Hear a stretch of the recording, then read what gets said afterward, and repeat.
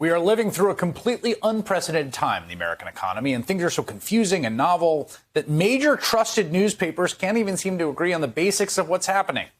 New York Times, the Wall Street Journal, both have reports about the effect of cutting unemployment benefits in Missouri and the impact it's had on the job market.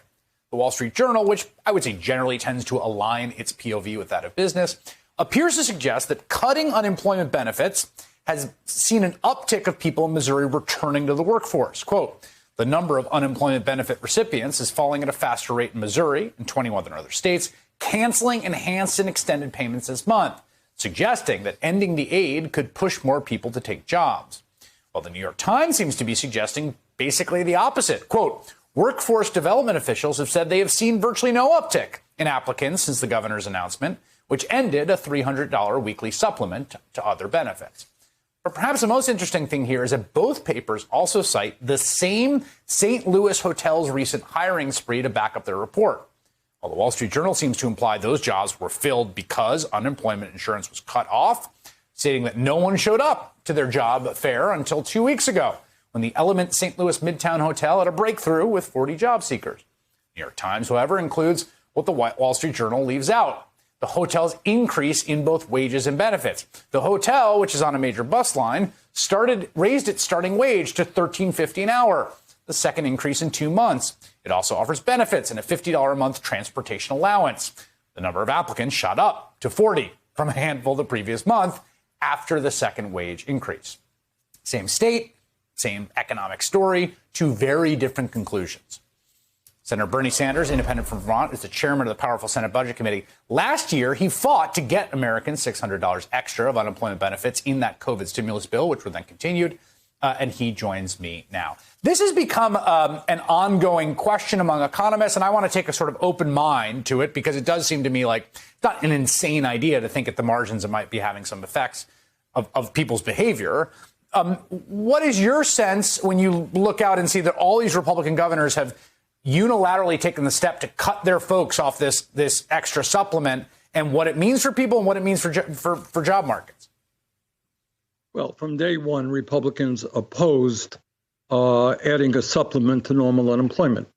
And at a time when tens of millions of people are working for starvation wages, their theory is if you have low unemployment benefits, you can starve people back to work. And obviously, I think that is unacceptable. I think one of the things that's happening is a lot of people right now are rethinking work, and they're sick and tired of working for wages that are totally inadequate. And that is why, by the way, we are moving aggressively to a reconciliation bill, which is going to create millions of good-paying jobs, rebuilding America in many, many ways. So you segue to what I want to talk about in the reconciliation bill. A lot of back and forth on this. Here's how I understand the state of play. There is going to be a reconciliation bill. Everyone agrees on that up to Joe Manchin, right? There's 50 Democrats ready for that and the president, Joe Biden. So is that part is clear, right? I'm right that there will be a reconciliation bill that moves this year. I expect that is true. Okay. What is in that bill, the size of it, and whether whatever infrastructure compromise is ultimately signed only contingent on his passage are the things being fought over right now? Is that also right? Chris, one of the things that has bothered me in the last month or so is there's a lot of talk about numbers, 6 trillion, big number. A lot of talk about process. You know what there is not a lot of talk about? About the needs of working class Americans and what we have got to do. So the truth is that real wages in America today are lower than they were 48 years ago. The very, very rich are getting richer. And what some of us are saying is if we're going to retain the faith of the American people in their government, we're going to have to stand up for them and not just the big money interests. So let me just tell you what is going to be in this bill. First of all, you got to deal with climate. Right now, the West Coast is, aflame in a sense. It's record-breaking heat wave, Australia, etc. We have got to deal with climate. And if we do not significantly invest in transforming our energy system, future generations will never forgive us. Today, Chris, we have the highest rate of childhood poverty of any major country on earth. That is why we have to extend or make permanent the child tax credit, $300 per child for working class families. Does anyone deny that our child care system is totally dysfunctional? We have got to deal with that. In the richest country on earth, you got elderly people who have no teeth in their mouth because Medicare does not cover dental. We don't cover hearing aids. We don't cover eyeglasses. We have got to do that. We have got to have universal pre-K. We have got to have a major housing bill because you got 500,000 people who are sleeping out on the streets and 18 million households spending 50% of their limited incomes on housing. We've got to make higher education affordable.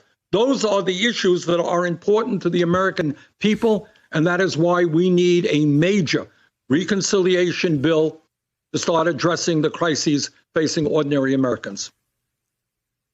So I know you don't want to talk process, and I understand that. I don't really love to anyway, but I just want to be clear on this. Like, those things are you view as part of the reconciliation packages. You would like that you want to see moved. That is the reconciliation package. What do you think it is? Right. It is that, and it is lowering the cost of prescription drugs.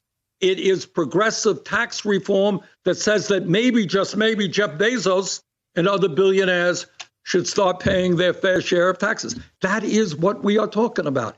And this is what the American people want. This is what we've got to do.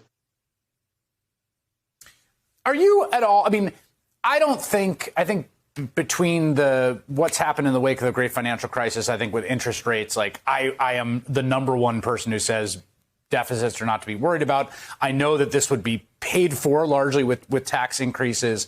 I guess, is there some part of you that worries about a level of spending that is too much for the economy to basically deal with in one fell swoop?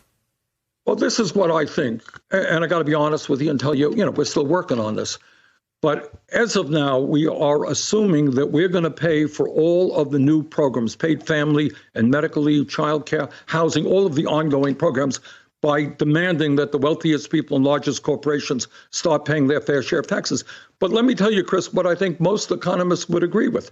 And that is, at a time when we have record-breaking low interest rates, now is precisely the time to borrow and invest in one-time infrastructure projects.